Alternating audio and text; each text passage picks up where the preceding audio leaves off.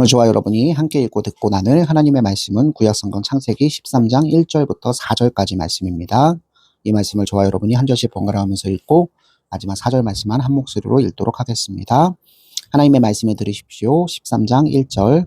아브라함이 애굽에서 그와 그의 아내와 모든 소유와 롯과 함께 네겝으로 올라가니 그가 처음으로 제단을 쌓은 곳이라. 그가 거기서 여호와의 이름을 불렀더라. 우리는 지난 시간 우리 아브라함이 하나님의 부르심을 받고 복을 약속받고 갈대아 우르를 떠나 하란을 거쳐 가나안 땅에 도착하였음을 보고 듣고 알게 되었습니다. 도착한 가나안 땅은 아브라함이 아직 보지 못했기 때문에 하나님이 약속하신 풍성한 땅으로 생각할 수밖에 없었죠. 세겜 땅에 도착했을 때 그러나 첫 번째 실망할 수밖에 없었던 것, 이미 가나안 땅 세겜은 임자가 있는 땅이었습니다. 가나안 족속이 이미 좋은, 당시에는 유목을 했기 때문에 풀이 상당히 중요했잖아요. 물과 풀이. 그 초장을 대부분 가나안 족속들이 차지하고 있는 모습을 보았기 때문에 아브라함은 일단 하나님 앞에 좋은 것 주신다고 하신 약속은 신뢰하지만 현실적으로는 아브라함이 거부고 거상이고 육축하는 자였잖아요. 수많은 양과 소를 풀을 먹여야 되기 때문에 물이 필요하기 때문에 이 세겜 상수리 나무 앞에 천막을 치고 장막을 치고 있을 수 없다는 사실을 알고는 점차 남쪽으로 내려가게 됩니다. 그래서 도착한 곳이 바로 창세기 12장 8절 말씀, 베델 동쪽 산으로 옮겨 장막을 치니 그곳은 서쪽으로는 베델, 동쪽으로는 아이였습니다. 그래서 요걸 이제 베델과 아이 사이의 초장이라고 우리가 이렇게 부릅시다. 여기에 이르러서 하나님께서 실망하고 그 복을 주신다고 하신 약속에 대해서 확신치 못하는 의심을 품을 아브라함의 그 속생각을 아시고는 다시 한번 나타나셔서 방점을 찍으시는데요. 7절 말씀이거든요. 여호와께서 아브라함에게 나타나 이르시되 내가 이 땅을 내 자손에게 주리라. 너한테 직접 가나안 땅에 도착하면 바로 주는 것이 아니라 너의 자손에게 주리라. 여러분, 이 말씀은 사실 문제점을 안고 있죠. 아브라함 나이 75세, 그의 아내 사라의 나이 65세. 그러나 무자합니다. 게다가 아름답긴 하지만 태가 말라붙어서 하나님께서 임신하지 못하게끔 태를 닫아두셔서 사라는 아이를 임신할 수 없는 상태예요. 그렇기 때문에 땅을 자손한테 주신다는 것은 기한이 없는 약속이 될 수밖에 없는 거죠. 사실은 의심이 많고 자기 열정과 욕심으로 사는 사람이라면 하나님께서 두 번째 나타나셔서 하신 이 땅을 주긴 줄 텐데 내 자손한테 주겠다는 약속은 굉장히 허황되고 훨씬 더 스트레스 받을 수밖에 없는 약속이 될 수도 있다는 뜻입니다. 그럼에도 불구하고 아브라함은 이 베델과 아이 사이에서 무엇을 하였을까요? 예배를 드립니다. 제단을 쌓고 여호와 하나님의 이름을 부릅니다. 우리 구약성경에서 부르짖다 짜하크라는 히브리어는 사실은 예배하다, 하나님의 예수 그리스도의 이름, 하나님의 이름으로 나가서 예배하다, 이런 뜻을 중복적으로 가지고 있다는 거 여러분 다 기억나시죠? 아브라함은 그럼에도 불구하고 믿음이 약해지지 않고 자신을 불러주시고 복을 약속하신 하나님을 향해서 척박한 땅 가운데서도 예배드리기 시작했습니다. 그러나 그는 아내와 종뿐만 아니라 수많은 양과 소가 있기 때문에 날마다 풀을 먹이고 날마다 물을 먹여야 되기 때문에 점점 그 풀을 찾고 물을 찾기 위해서 남쪽으로 내려가게 됩니다. 그래서 이스라엘 최남단부에 사막이 있는데 그 사막을 네게브라고 부르는 거 여러분 아시죠?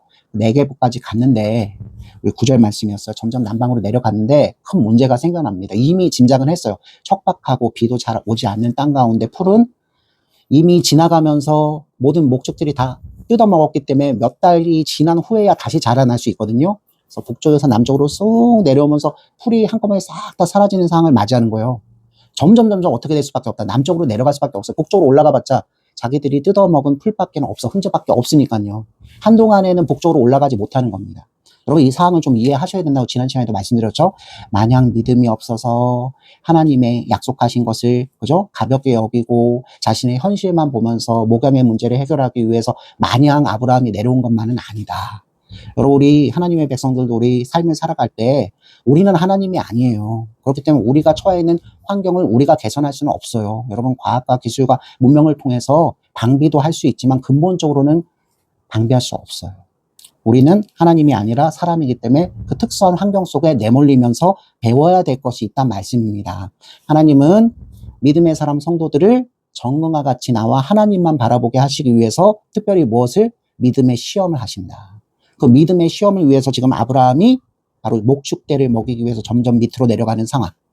하나님이 비를 충만하게 내리셔서 바로 풀들이 자라 올라가지 더 이상 내려가지 않고 뜯어먹고도 남을 정도로 초장이 넘다면 내려가지 않아도 되잖아요. 요건 누가 봐도 누가 하신 일이다? 하나님께서 아브라함을 시험하시기 위해서, 믿음을 더욱더 강화시키시기 위해서 일부러 하나님께서 허락하신 것이에요. 문제가 발생된 것입니다. 척박한 환경 속에서 풀은 더 이상 찾을 수 없고 물도 더 이상 찾을 수 없고, 결국 아브라함은 풍요의 땅, 적과꿀이 흐르는 가나안이 아니라 애굽 땅으로 내려갈 것을 어느 정도 심정적으로 다짐을 하고 있을 때, 먼저 내려간, 이 가나안 땅에 먼저 내려간 자들이 있었죠. 가나안 족속들이 내려갔는데 여러 가지 소리가 들려오는 것입니다. 육축을 데리고 여자를 데리고 자손들을 데리고 내려갔을 때 환영받는 자들이 있었어요. 그러나 그 환영 이후에 아내를 가진 자들은 아내를 뺏고 모든 재산을 뺏고 결국 그 주인 남자 어른의 목숨을 뺏는 일이 다반사로 발생된다는 그런 소식을 들은 것이죠.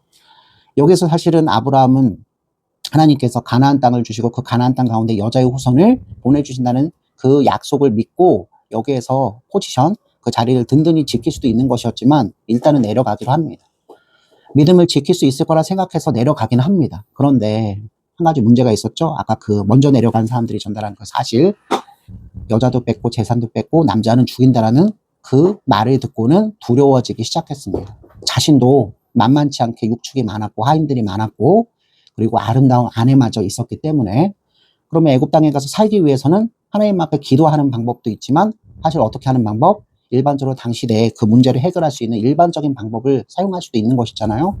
아브라함은 자기의 아름다운 아내 사라를 불러다 놓고 그 남쪽 땅 애굽 땅은 풍요로운 땅이라서 우리가 들어가면 풀도 먹이고 살 수는 있을 것 같은데, 다만 문제는 당신이 너무 예뻐서 당신의 외모를 보고 당신을 취하려고 하는 사람들이 당신을 취하고 나를 죽일 수 있는 그런 어려운 일들이 발생될 수 있는데, 이런 일들을 사전에 막고자 나는 이제부터 당신을 내 아내라고 소개하지 않고 노이라고 소개할 것이니까 그렇게 하려고.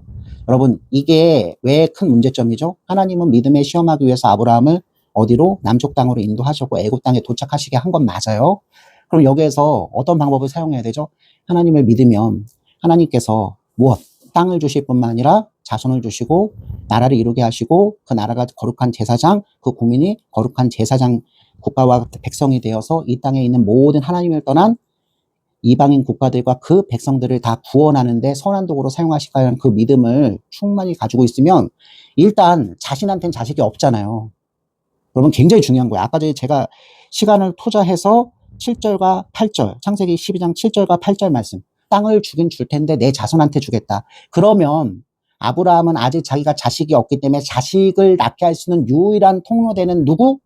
자기 아내 사라를 이 집안의 모든 종, 이 집안의 모든 양과 소보다 훨씬 더 가치 있게, 가장 귀중하게, 가장 소중하게 내가 사랑하는 아내이기 때문이 아니라 하나님께서 약속하신 복의 통로가 바로 사라인 것을 믿고 그 사라를 어떤 상황에서도 어려움에 빠뜨리면 된다, 안 된다? 안 된다는 거예요.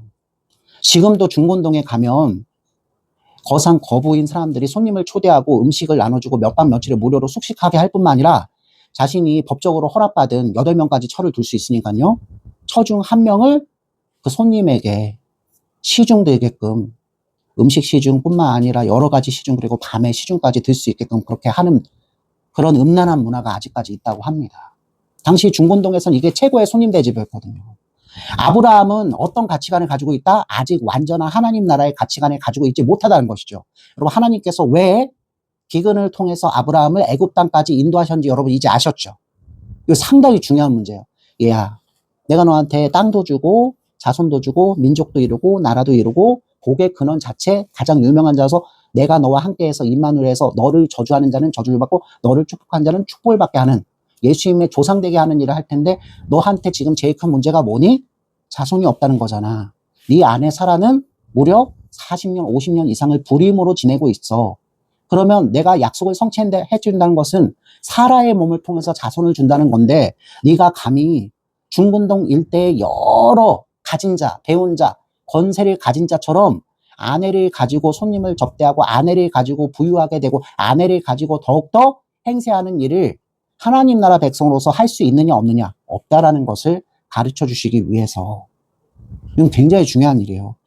지금 어떤 현대 선진 국가의 법 제도보다도 훨씬 더 법보다는 윤리 도덕이 더 앞서는 것이잖아요. 하나님께서는 남편이 아내를 어떻게 여겨야 된다? 믿음의 동반자요, 약속의 상속자로 여겨야 된다는 것을 누구에게? 우리 조상 믿음의 조상 아브라함한테 먼저 가르쳐 주시기 원했다는 거예요. 이게 너무나 중요한 사실이에요.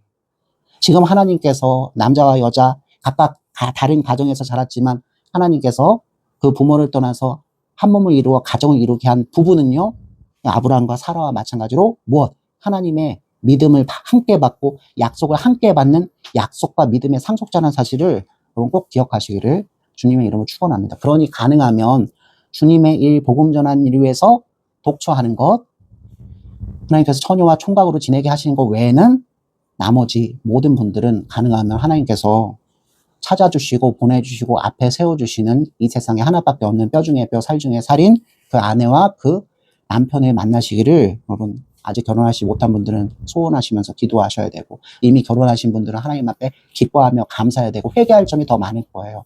하나님, 사람과 사람이 살기 때문에 둘 다 연약하고 허점과 결정과 미련 한정과 그죠? 양보하지 않고 회개하지 않는 굳은 딱딱한 심정을 가진 사람이기 때문에 아무리 믿음이 있다 할지라도 문제가 발생되더라고요. 우리 두 사람의 문제를 하나님께서 바라보시고 우리가 화해할 수 있게끔, 우리가 협력할 수 있게끔, 우리가 하나님 앞에 회개할 수 있게끔 이 부부를, 우리를 지켜주옵소서. 우리를 보고 배우는 자녀들이 결국 우리들을 보고 하나님 앞에 부부로 가정으로 이루길 또 소원할 것이고, 여러분 과거에는 잘 배우지 못했지만 무식했지만 우리 성도들이 이 사실을 너무나 잘 알고 있었지만 지금은 너무 많이 배웠지만 세상의 것으로 물들어 있어서 전혀 이것을 소원하지 않습니다. 아브라함은 어떤 점에서 큰 실수, 어떤 점에서 하나님 방식이 아니라 세상 방식, 자신의 옛사람의 방식을 썼다? 이 하나님이 여자의 후손을 사라의 몸을 통해서만 보내주신다는 사실을 아직 정확하게 깨닫고 있지 못하기 때문에 자기가 살기 위해서 위험한 순간에 무엇을? 아내를 거래의 수단으로 써서 자기의 목숨을 보존하려고 하는 배은망덕한 일, 믿음 없는 행동을 했다는 것.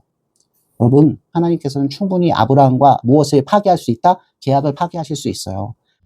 이미 말씀드렸죠? 아브라함 시대에 노아 시대하고 더 다르게 더 부패하고 타락해서 노아의 때에는 누가? 하나님의 아들들이 사람의 딸들을 보고 다 통혼하여서 하나님을 멀리 떠났지만 유일하게 누구 한 사람? 노아 한 사람만은 아버지 앞에 제단을 쌓고 그죠? 믿음으로 생활하던 사람이 있었다고 했죠. 하나님께서 홍수 심판을 통해서 세상을 정화하셨지만 사람의 죄악은 아직 부패함은 다 사라지지 않은 가운데 이 노아가 자신의 자식들 앞에서 결국 술을 먹고 취하면서 벌써 씨가 보였죠. 부패하고 타락감이 끝나지 않아서 하나님을 향한 대적 행위는 끝나지 않겠구나. 근데 이 불길한 그 징조가 사실로 드러난 사건이 무엇이다?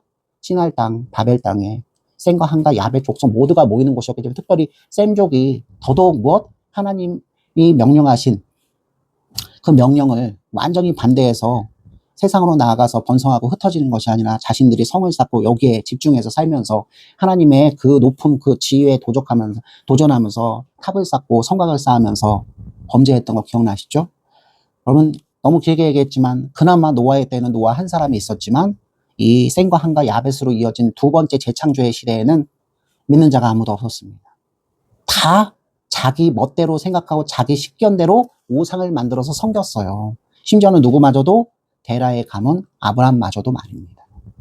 티그리스, 유프라테스 그 바벨 땅 가운데서 다신교, 이교 문화 가운데 젖어서 석상을 신상을 깎고 그 석상 신상을 통해서 제사 예배 드리는 제사장 직분을 수행하는 가문에 불과했습니다. 모두 하나님 앞에 우상 숭배자, 모두 하나님 앞에 죄인밖에 없는 가운데서 하나님께서 특별히 데라와 아브람 한 사람을 선택하시고 부르시고 하나님 강권과 자비와 사랑과 믿음의 역정을 통해서 하나님은 신실한 분이시오 약속을 이행하시기 위해서 그죠? 끝까지 사랑하신 분인 것을 아브라함 25년 믿음의 생활 가운데서 보여주시는 것이, 이 아브라함의 생애를 통해서 초대받는 우리 성도들은 아브라함보다 더 분명하게 여자의 후손인 예수 그리스도 그 십자가의 구속의 피로 인해서 우리가 다시 살았음을 실감하고 절감하고 이것을 보배롭게 여기면서 이 세상 가운데 욕심이 깃든 그 삶의 정욕 그 모든 것들을 뿌리 뽑으며 사는 그 삶을 하나님께서 오늘도 바라시고 원하고 계시죠. 여러분 거룩한 주일을 하루 구별하여서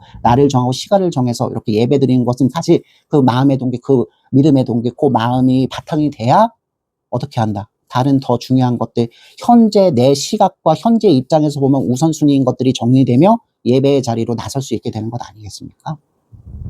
이제 말씀은 오늘 본문으로 이어집니다. 그 위기일발의 상황. 여자의 후손은 오직 사라의 몸을 통해서만 올 텐데 그 가치를 모르고 사라를 살기 위해서 누구에게? 애굽 땅의 통치자 바로에게 바친 이 불의하고 이 한심한 아브라함의 행태를 보시고 하나님은 화를 내시기는커녕 여자의 후손을 준신하는 땅과 자손과 나라와 이스라엘 국가를 통해서 다윗의 자손, 그죠? 아브라함의 후손, 예수 그리스도가 오게 하시는 이 일을 성취하시고자 남편은 오히려 무엇했는데 살기 위해서 교환 조건으로 사라를 갖다 바쳤는데 그의 아버지, 그의 하나님, 여호와 하나님은 어떻게 한다? 사라를 되찾기 위해서 바로의 집에 재앙을 불러일으키시며 나타나셨어요. 우린 믿음의 백성 맞아요. 성도예요. 그러나 거친 환경 속에서 우리가 살아가면서 잘못된 판단을 할 수 있다, 없다? 있다. 대부분 잘못된 판단은 무엇이다? 세상 사람들이 하는, 여러분 민주주의를 제가 무시하는 것이지 않지만 다수결의 법칙에 의해서 대부분 움직여요. 이럴 때는 이렇게 행동하는 것이 일반적이지 않냐? 저 사람도 그랬고 이 사람도 그랬으니까 나도 그렇게 하는 것이 무슨 큰 문제냐? 여러분, 내 사랑하는 아내를 내가 살기 위해서 내 목숨, 생사 여부권을 행사할 수 있는 상대편에게 내 아내를 교환적 가치로 준다는 것은 차라리 내가 죽는 게 낫죠. 심정적으로는 다 그렇게 생각해요. 그런데 현실로 닥치면 그런 판단을 하기가 쉽다, 쉽지 않다? 쉽지 않아요. 나중의 일이지만 아브라함이 25년에 하나님의 자비와 사랑을 충만히 경험하고 자신의 결정과 연약한 가운데서 하나님이 선하게 구원의 역사를 이뤄 가신 것을 샅샅이 봤기 때문에 비로소 아브라함이 하나님이 무엇? 희생제물로 올해는 누구를? 너의 독자 이삭을 바치라. 배를 가르고 팔다리를 자르고 양 대신 번제물로 바치라는 그 명령에 순종할 수 있었던 거지. 만약에 25년 동안 하나님께서 이렇게 사라를 구출해내시기 위해서 롯을 구출해내기 위해서 소돔과 고모라를 멸망시키러 가는 그 천사장 가운데 아브라함이 두 번, 세 번 중보하는 아름다운 모습을 보이는 것처럼 그런 믿음의 역정, 그런 하나님의 은혜를 아브라함이 경험한 사람이 아니라면 이삭을 번제물로 바치는 단번에 가고 그 아름다운 믿음을 즉시로 보이지 못했을 것입니다. 아직 아브라함은 이후 훗날의 그 아브라함이 아직 아닌 상태예요. 믿음은 우리가 갖는 것이 아닙니다. 믿음은 우리 의지로 되는 것이 아닙니다. 믿음은 오직 하나님의 사랑과 하나님의 은혜 가운데서 자라나는 것이죠. 이 점도 우리가 꼭 명심해야 될 것입니다. 그러면 여러분 포커스를 달리해서 하나님 저에게도 제가 알아차리지 못했는데 아브라함처럼 제가 불의하고 아브라함처럼 그죠? 인간적인 방식으로 문제를 해결하려다가 오히려 큰 위기에 빠졌을 때 하나님은 저를 버리시지 않고 아무런 조건 없이 하나님이 애초에 예수님을 통해서 약속하신 바대로 내가 언약 백성 되었기 때문에 나를 위해서 위기상 속에서 개입하셔서 구출해 주신 것을 제가 압니다. 감사가 넘치죠. 그때 비로소 감사가 넘치고 그 감사 이후에 찾아오는 세상 어떤 것으로부터도 끊어지지 않을 것 같은, 그래서 두렵고 불안함이 없어지는 완전한 평강. 누가 먼저 경험합니까? 아브라함이 경험합니다. 나는 이렇게 하나님이 가나안 땅 주신다는 약속을 믿고는 있었지만 현실의 위기에 봉착해서 내 아내를 거래하는 수단으로만 썼는데, 그래서 결국 땅을 주면 뭐합니까? 자손을 사라의 몸을 통해서 여자의 후손 주실 것이 명백한데도 나는 그 하나님의 약속을 100% 믿고 100%그 약속을 지키기 위해서 믿음을 보이지 못했음에도 불구하고 하나님 쪽에서 먼저 더 강권으로 아브라함이 여자의 후손 예수 그리스도의 조상으로서 복의 근원이 되려면 어떻게 해야 된다? 사라를 구출해야 된다. 아브라함의 힘으로는 안 되죠. 정탐꾼을 보내봤자, 하인 중에 무장을 몇 명 시켜봤자 파라오 그 강력한 대제국을 통치하고 있는 그의 군병들과 맞설 수는 없는 거예요.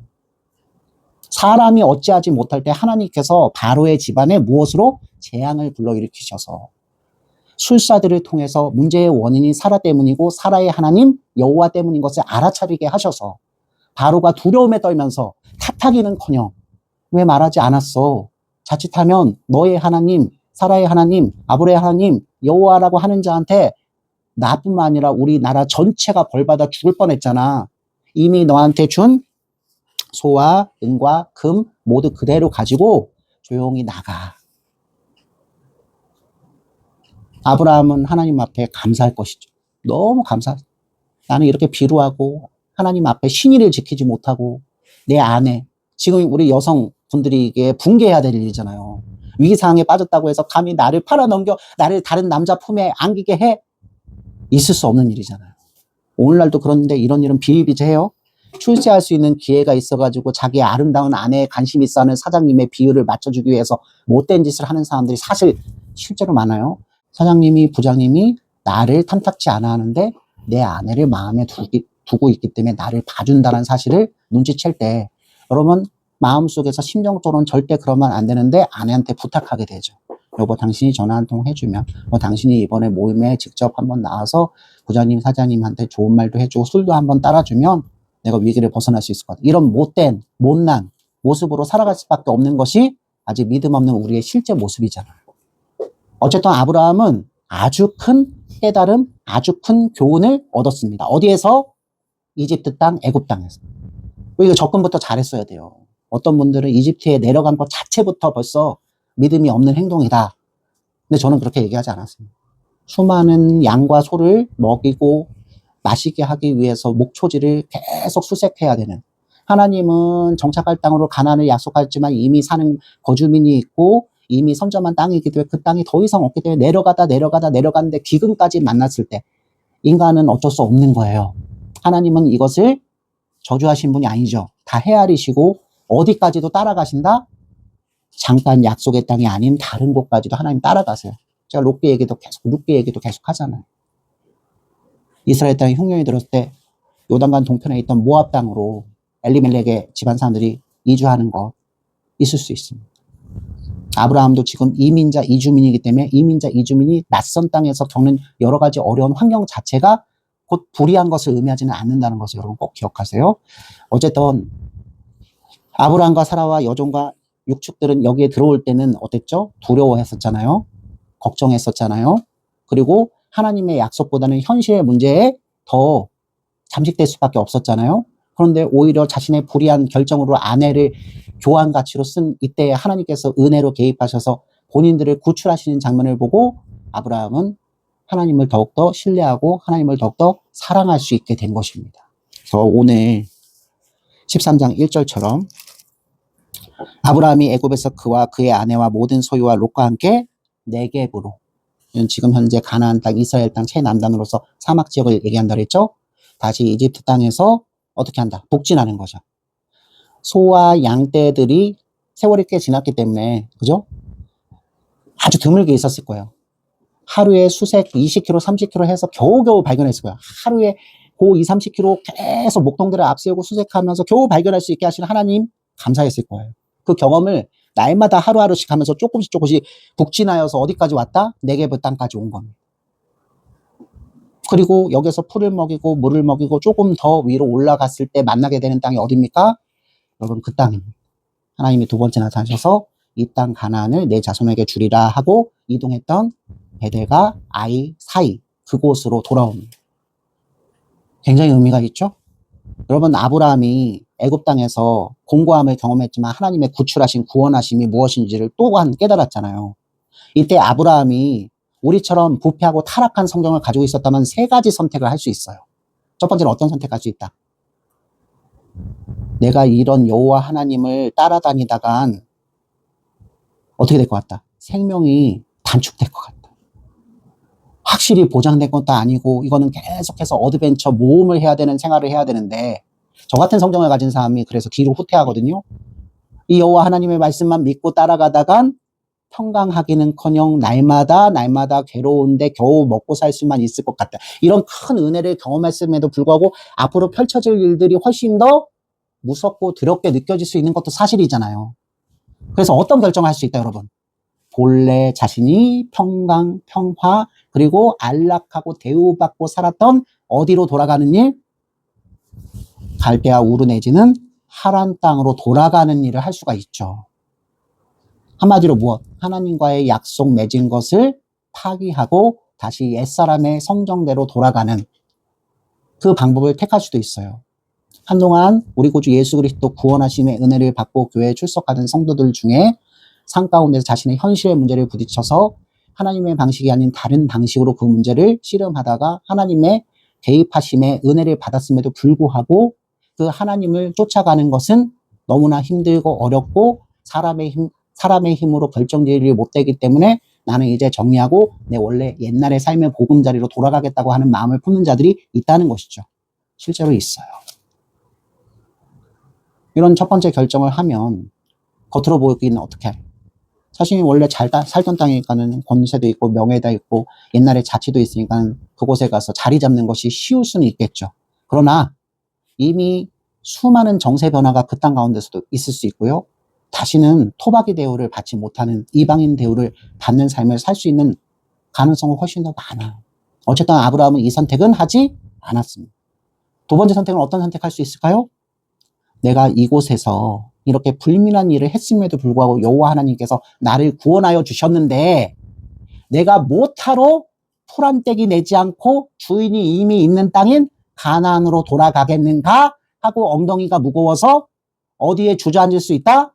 이집트 땅, 애굽 땅에 주저앉을 수도 있어요. 이게 더 현실적이죠. 왜? 이미 종과 양과 소와 은과 금은 훨씬 더 많아졌기 때문에 여기에서 무엇하면 된다?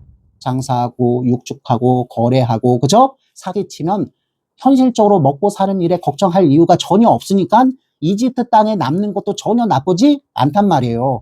뭐하러 고생하면서 소와 양 목축하기 위해서 날마다 2, 30km를 걸어가면서 그 떼약볕 밑에서 구슬땀을 흘리면서 고단한 삶을 계속 살아요. 이제 정착민으로 살아도 되잖아요. 낮에 8시간 딱 일하고 그 이후에는 나만의 시간을 가지면서 취미 생활을 해도 되고 나이트에 가도 되고 술집에 가도 되고 어차피 하나님은 내가 불의해도 나를 도와주신 걸 내가 뻔히 알기 때문에 내 쪽에서 연약한 것을 사람은 어쩔 수 없잖아요 라고 항거하면서 하나님 앞에 두 마음을 품은 채 살아도 그만인 것 아닙니까? 제가 이렇게 말씀드리니까 우리들의 모습이 보이죠? 하나님, 제가 물론 하나님 앞에서 믿음 없이 행동했습니다. 그래도 하나님이 저에게 약속을 해주셨기 때문에 예수님의 피가 제게 묻어 있어서 언약 백성이기 때문에 하나님 어쩔 수 없죠? 제가 위기상황에 봉착돼서 부르짖기만 하면 절 도와주실 거잖아요? 이런 못된 마음을 품고 여러분 아브라함이 진정 하나님의 구원에 강력한 사람이라면 어떻게 될까요? 믿음에 합당한 마음과 행위를 해야겠죠. 하나님의 구원하심에 자격 없는 자신이 하나님의 구원의 대상이 되었을 때 그 구원의 간격을 입은다면 그 마음이 예전 같지 않을 거예요. 하나님 중심으로 하나님 약속을 하나님과의 관계를 더욱더 개선하기 위해서 힘쓰는 자가 되겠죠. 근데 이집트 땅에 살면서 그것이 가능하지는 못하답니다. 여러분 꼭 기억하세요. 하나님 은혜를 내가 이렇게 경험했어요. 그러니 내 삶의 현장 가운데서 나는 그대로 있을래요가 허락되지 않아요. 여러분 삶의 환경 속에 하나님이 그대로 정착하시길 원하세요. 다만 그 환경 속에서도 마음이 변화를 있고 그 변화된 마음에 의해서 선한 행동을 하게 하시는 것이 하나님의 목적이시죠. 거룩한 백성이 되게 하신 게 목적이거든요. 아직 아브라함은 더욱더 하나님과의 믿음의 관계 그 개선을 해야 될 필요가 있습니다. 그래서 아브라함은 두 번째 선택도 하지 않았습니다. 참 아름다운 모습이죠. 본래 본향으로 돌아가는 것도 포기하고 이집트 땅에 그냥 정착하는 것도 포기하고 아브라함은 어디서부터 문제가 생겼다. 여기가 이제 가장 중요한 문제. 어디서부터 문제가 생겼다.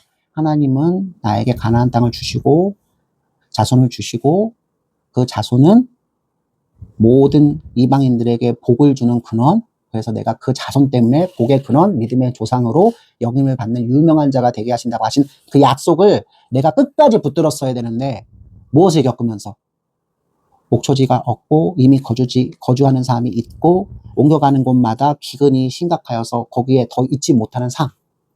하나님이 그래서 애굽 땅에 보내주셔서 믿음을 단련시키신 이유니까 나는 다시 어디로 돌아가야 된다. 하나님과의 관계 개선, 하나님이 기뻐하시는 땅, 하나님이 약속하신 땅 어디에 가는 것이 가나안으로 돌아가는 것이 누구께서 원하신 일이다. 하나님께서 원하신 일이다. 내가 원하고 내가 뜻하는 바가 아니라 하나님께서 나를 구원해 주시니 그 하나님께서 내가 갈 길을 인도하실 것이니 거기는 어디도 아니다. 갈대아 우르와 하란도 아니고 이집트 땅도 아니고 하나님을 모르는 사람들이 보기에는 너무나 어리석지만 아직도 기근이 아직도 주인이 있는 척박한 땅 어디? 가나안인 것을 알았어요. 오직 하나님의 인도하심만을 기대하면서 어디로? 가나안으로 돌아갑니다. 수많은 종과 육축과 은과 금을 가지고 말입니다. 그러면 네게부 땅에 도착했을 때도 수많은 육축과 은과 금은 있잖아요. 13절 2절 말씀. 아브라함에게 가축과 은과 금이 풍부하였더라. 그럼 그 풍부한 재화를 사용해서 여기에 정착할 수도 있잖아요. 거기 있는 원주민들과 거래하면서 땅떼기를 살 수도 있고, 거래하면서, 그죠? 그 사람들을 자기 소유로 삼을 수도 있을 정도로 큰 부자가 됐잖아요. 근데 아브라함은 여전히 무엇? 하나님과의 관계가 훨씬 더 중요하고 하나님과의 약속이 중요하기 때문에 그러한 방식으로 내가 땅을 얻을 수도 있고, 그러한 방식으로 사수를 써서 자손도 얻을 수 있고, 그러한 방식으로 나라를 세울 수도 있지만, 그러한 방법은 이미 사라를 교환하는 데서 큰 깨달음을 얻었기 때문에 내가 하겠다 하지 않겠다 하지 않겠다. 그래서 네게부 땅에도 정착하지를 못하고 조금 더 북쪽으로 올라가는데 운명의 땅, 감사의 땅, 하나님과의 관계 개선을 시작되는 땅, 애초에 제단을 쌓고 예배를 드렸던 그 땅, 그 성지, 그 성소, 그 교회, 그 하나님의 집이 있는 어디? 베델과 아이 사이에 도착한 겁니다. 전율이 이렇겠죠. 결국 하나님께서는 내가 하나님의 약속을 굳게 믿지 못하고 떠밀려 내려갔던 여기까지 다시 인도하시는구나. 그래서 베델과 아이 사이 제단을 쌓고 하나님 앞에 이름을 불렀던 그 땅에 도착했을 때 아브라함은 다시 한번 무엇 하나요? 4절 말씀, 3절과 4절 말씀 시작. 그가 네게부에서부터 길을 떠나 베델에 이르며 베델과 아이 사이 곧 전에 장막 쳤던 곳에 이르니 그가 처음으로 제단을 쌓은 곳이라 그가 거기서 여호와의 이름을 불렀더라. 애굽 땅에 내려가서 신실하신 하나님, 자신의 방식대로 문제를 해결하려다가 더 큰 위기에 봉착했을 때 조건 없이 자신을 구원하시고 구출하시며 더 큰 복을 주셔서 믿음의 땅으로 돌아오고 계신 하나님 앞에 무엇을 했다? 감사의 예배를 드리기 시작합니다. 여기 있는 저와 여러분 모두가 우리에게 주신 인생 가운데 하나님의 개입하심, 나는 여전히 불의하고 연약하여서 세상의 방식으로 문제를 해결하다가 더 큰 위기에 빠져서 하나님이 나를 구원하시는 하나님 나라에 들어갈 자격이 없는 사람이 되는 위기일발의 상황 속에서도 아니야, 나는 너를 여전히 사랑하고 세상 사람들이 너를 믿음 없는 자, 하나님을 배신한 자라고 얘기할 때도 나는 너를 깊이 사랑하였기에 나는 너를 먼저 구출하기로 작정했어라는 그 신실하신 하나님, 그 열심이신 하나님, 그 사랑과 인자가 풍부하셔서 먼저 용서하시는 하나님, 그 하나님을 여러분 인생 곳곳에서 만나시기를 주님의 이름으로 축원합니다. 만나셔야 돼요. 늘 만나셔서 하나님 앞에 고개가 숙여지고 이 세상 그 어떤 방백을 믿는 것보다 하나님을 믿는 것이 가장 안전하고 하나님을 믿는 것이 가장 복되다는 사실을 점점 깨달아서 여러분이 먼저 하나님 앞에 제단을 쌓고 예배드리는 자, 감사드리는 자, 하나님께 영광의 찬송을 드리는 자가 되어가야 돼요. 믿음의 조상이라 불리는 아브라함도 25년 산 가운데 이러한 하나님께서 시험하시고 시험하신 이후에 복 주시는 삶의 연속을 살았는데 우리가 무엇이라고 오늘 순간 뚝딱 우리 구주 예수 그리스도에 필적하는 믿음의 사람이 되어서 내가 이 세상에 하나님의 대사로서 통치하지 못할 것이 없다라고 하는 다소 민망한 모습을 계속 보이면서 하나님 앞에 거래하듯이 기도하면서 살려고 하십니까? 그러시면 안 돼요. 우리는 허점 많고 욕심 많고 죄와 부패와 타락의 자치 가운데 잊혀져갈 사람밖에 되지 않아요. 지렁이가 하나님의 은혜를 받고 또 받았다고 해서 예수님이 될 수는 없는 거예요. 하나님의 자비, 은혜, 사랑을 충분히 받았다고 해서 성도가 어느 날 갑자기 하나님이 될 수는 없는 거예요. 하나님이 되기를 꿈꾸시지 말고 왕이 될 것을 꿈꾸지 말고 그 왕의 자녀로서 청지기로서 부름받은 자로서 충분히 사랑받으며 하나님께 영광과 감사를 갚아드리는 자로 살 것을 간구합시다. 마치 아브라함이 그랬던 것처럼 말입니다. 아브라함은 그렇게 어디에서부터 다시 시작한다? 베델과 아이 사이에서 하나님께 감사드리며 믿음의 생활을 다시 시작하게 됩니다. 여러분 제단을 쌓고 예배를 드렸는데 무엇이 닥쳐왔다? 기근이 닥쳐왔던 거 기억나시죠? 그래서 원하지 않는 땅까지 밀려 내려갔던 거 기억하시죠? 그래서 거기에서 잘못된 판단을 해서 잘못된 행위를 했는데도 불구하고 하나님이 이미 약속한 백성이기 때문에 구출해 내신 거 보셨죠? 여러분 이 일은 한 번이 아니라 뭐 할 때까지 하나님 앞에 내가 세상의 것을 다 내려놓고 하나님 한 분을 붙들 때까지 계속될 것입니다. 그래서 아브라함에게도 이게 끝이 아닌 거예요. 참 안타깝지만 하나님이 12장 1절, 2절, 3절에서 아브라함에게 말씀하실 때 이것을 가족 모두에게 소개해 줬는데 아버지는 이미 돌아가셨고 그의 조카 누구? 롯은 이 사실을 듣고 삼촌이 가니까 삼촌을 믿음하여서 롯은 여호와의 말씀을 믿고 따라한 게 아니라 삼촌을 믿고 따라오거든요. 아브라함은 오직 여호와의 말씀을 의지해서 가나안으로 떠나지만 롯은 그 삼촌을 의지해서 떠나요. 여러분, 하나님과의 관계 개선이 시작된 이 땅 가운데서 새로운 문제가 발생됩니다. 믿음의 사람들은 절대 착각하시면 안 돼요. 내가 오늘 이런 은혜를 받았으니 이제 만사형통이다. 내가 내일 출근하면 문제가 다 해결돼 있을 것이다. 불행 끝, 행복 시작. 여러분, 그렇게 생각하시고 여러분 생활의 도전 돌아가시면 실망하실 것이 한두 가지가 아니고 하나님을 장난꾸러기, 하나님은 거짓말장이, 하나님은 나쁜 분이라고 여러분들이 속에서 속이 상할 대로 상할 만큼 상한 상태에서 여러분들 하나님 앞에 절대로 믿음의 기도 드리는 자가 여러분 될 수가 없어요. 아브라함을 향해서 정릉과 같은 믿음을 가진 자가 되시게 하기 위해서 하나님이 두 번째 시험의 무대를 마련하십니다. 바로 자기 고륙. 사실상 자손이 없었기 때문에 자손이 없으면 누구를? 조카 롯이 가장 가깝기 때문에 약속의 상속자로 생각하고 데리고 온 거예요. 하나님께서 뜻밖의 육축의 복을 주셔가지고 아브라함의 소떼기 양떼기도 많았지만 롯 또한 양떼기 소떼기가 많아지게 했는데 베델과 아이 사이에 이 벌판에는 좋은 초장이 있었지만 이미 원주민들이 그것을 선점하고 있었고 나머지 것들을 가지고 이 수많은 육축들을 먹이고 마시게 해야 되는데 문제가 발생될 수밖에 없지 않습니까? 이때 아브라함이 얼마만큼 믿음으로 성장하고 성숙하였는지 우리는 보게 될 것입니다. 우리 다음 시간 이 베델과 아이 사이에서 발생한 삼촌 아브라함과 조카 롯 사이의 갈등과 그 분쟁 그리고 그 해결의 방법을 주신 하나님의 은혜를 우리가 함께 나눈 시간 갖도록 하겠습니다.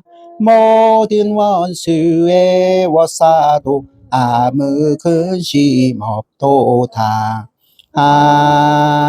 아멘.